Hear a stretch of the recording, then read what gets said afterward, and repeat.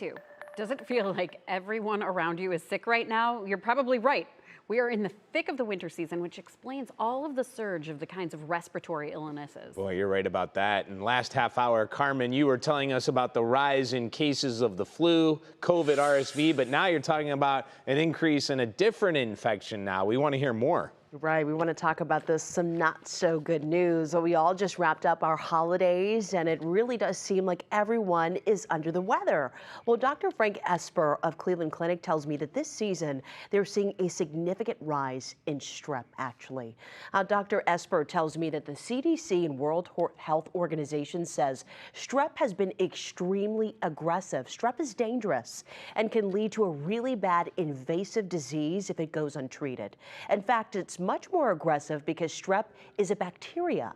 Unlike the viruses we talked about earlier, like flu, COVID, and RSV, Dr. Esper says that he's seen strep cases rise late last year and something doctors are still keeping a close eye on into the new year.